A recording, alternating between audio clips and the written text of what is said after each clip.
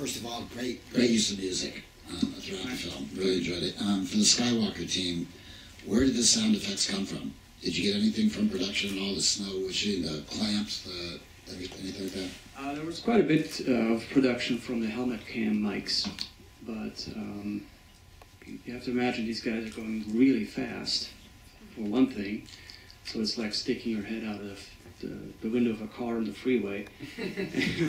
That's what the mic hears, and there's also a helicopter nearby. So yeah, we did use some of that, but we often sweetened it with sound effects. And where did you get those sound effects? Jeff Dodson was the sound designer, so he created a lot of it, and I did the first sound design pass on the film at my studio. And then I passed it to Jeff Dodson out of LA, and he kind of took my design and took it to another level, and added a lot of LFE and more dynamic sounds. And then Jürgen took that and kind of added his take on it and added his EQs on it and took it basically to another level from there. And then Juan did the dialogue and music mix on the film. I was just gonna add that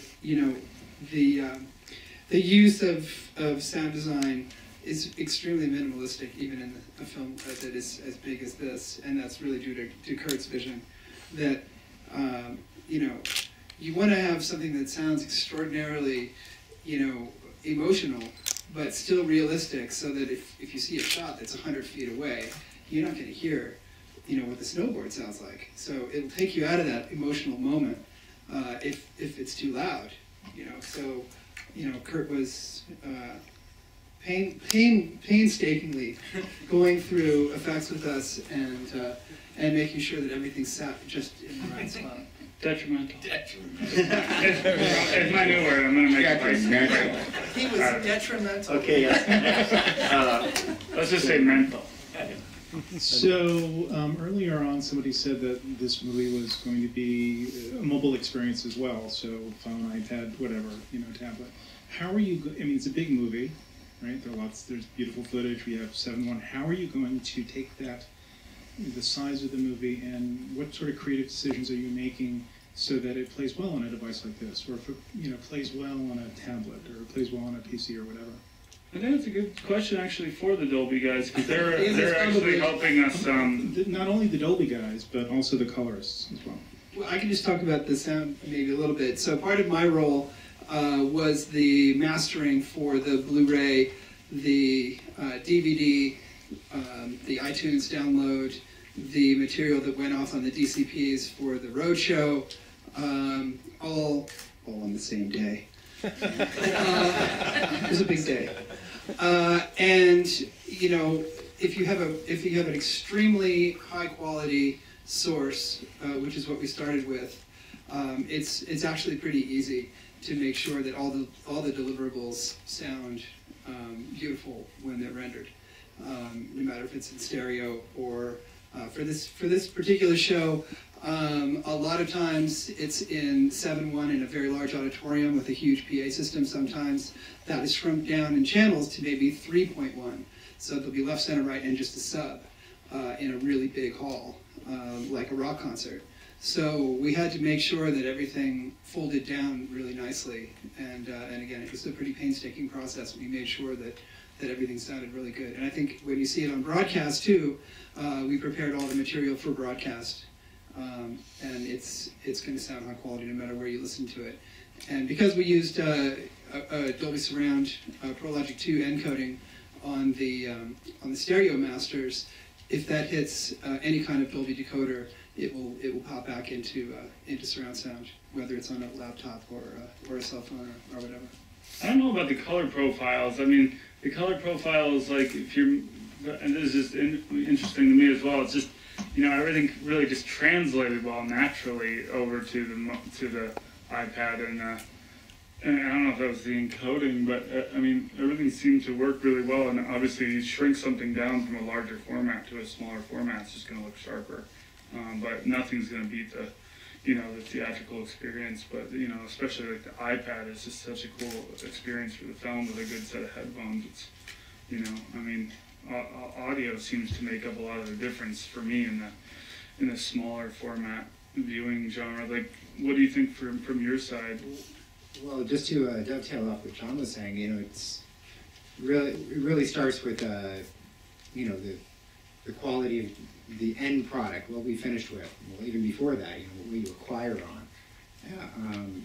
And Eric, I think you might be able to speak to this since you were involved with more of the encoding and the post process. Once it left my hands, you know, for the DVD, Blu-ray, and all the iTunes. I mean, can you speak to that? I'll say the only thing that I noticed I watched the 720p iTunes version, and the only thing I noticed is that in the blacks, some of the detail kind of goes away. But if you watch it on an iPad or watch it on an iPhone, you don't really notice that. But when you watch it on an HD TV, you know, things like that, it starts to get a little blocky. So that's a concern, and you know, really interesting to see how that technology kind of develops as people will want to plug their mobile devices into their big TVs and see that. You know, how is that going to translate through? We don't know yet. You know, we're kind of looking to Dolby to come up with it. We're definitely working on. There's, you know, Nokia has a phone out that has an HDMI out that has Dolby Digital Plus surround sound technology in it, and we do a demo all the time where we hook this phone up to a home theater and play content off it, and it looks amazing, and it's in full surround sound. So that technology obviously is coming down the line. There's products out there that, you know, your little phone is also your little mobile portable media device. It's pretty cool. We've had people project the 5.1 iTunes HD version for some showings, and everyone was very impressed. So it's kind of cool to be able to take just a digital medium and, you know, project that to a larger screen, and, you know, it's incredible that, Yeah. you know, the resolution that's being able to be handled by a digital platform right now. Any other questions out there? With 2,600 to 1 ratio, you have more stuff to keep track of than most films. How did you talk about workflow for a moment? I mean, you had hard drives in some cabins in the middle of nowhere. When this was finished, how many terabytes or petabytes did you have? Yeah. And what were the editing, both the audio and the video editing tools you used? Yeah, this will be a good question for me and Eric to kind of both talk about a little bit. But the you know, 200 terabytes. 200 terabytes. 200 terabytes are more of footage at the end of the day. A lot of the media, I kind of chose to, you know, instead of shooting 444, which is an uncompressed color space, shooting 422 and certain things like this to bring media down a little bit. A lot of the compressions were done at ProRes HQ. You know, like we had to make some kind of slightly sacrificial decisions, you know, for the production, just to maintain the amount of space that we could allow.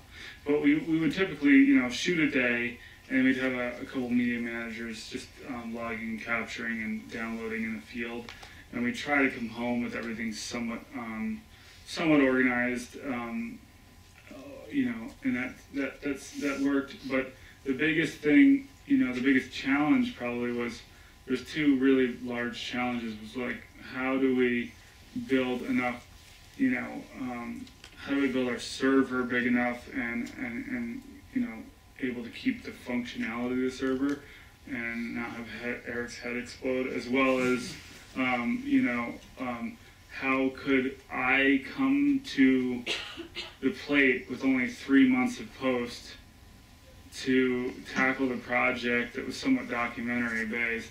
It wasn't really scripted, so how could I take this and train a team to be able to cycle this footage down and top line it, and everything's done in Final Cut, to make it so that I only had to look at 300 hours of footage. So I cut the film completely opposite of the way it came out. Like, I scripted the film, or ordered the film exactly the opposite of how you saw it. And then it just completely changed for me in the editing room, and, you know, it just came down to, like, Eric and the team at Brain Farm to just basically say, like, how do we tackle this, you know, for Curt so that he can, like, handle it. I mean, it was just an intense amount of media to go through, and like just an obnoxious amount of media to go through, as well as, you know, Media House, Rebel Media House is trying to sell an episodic around it as well, which is very cool. The show's really cool, and it's very detailed and gets into the world that we live in, and so we had to create a lot more content for that. So I'll let Eric speak on that a little bit, but you know, it was really just intense media management. Yeah, probably the quick 1-minute rundown. Every single camera that we shoot has its own proprietary format. We have P2 on the Varicams. The Phantom shoots its own. That's really big files. Red is right in the middle. We have Cineflex's HD Cam SR, a little bit of 35mm. So basically, we get everything in and transcoded everything to ProRes HQ right away. The whole goal was to not have editors have to render. Like, we could work with everything raw, but the editors would just sit and render and render. So everything was ProRes HQ. Once we got to the second trip, we realized at HQ we'd run out of space. Our SAN is 56 terabytes, which wasn't going to be big enough for the whole movie. So we decided to do an offline and proxy. We also built another editing facility at Curt's home so he could edit the movie while the rest of us worked on prepping the movie, working on the DVD extras and things like that. So we literally copied everything that we had in our office SAN and took it to a 48 terabyte SAN at Curt's house. Did that take 2,600 hours? I don't know. Not quite. But by doing everything at proxy, naming all the files the same, when we online, we just swapped them. Swapped in the HQs, and everything that had to be color corrected, like red and things like that, we just made them as flat as possible. So we would ideally color correct the HQs. We could go back to the raw during color correction if we needed to, but in the end, we really didn't do too much of that because everything was really flat.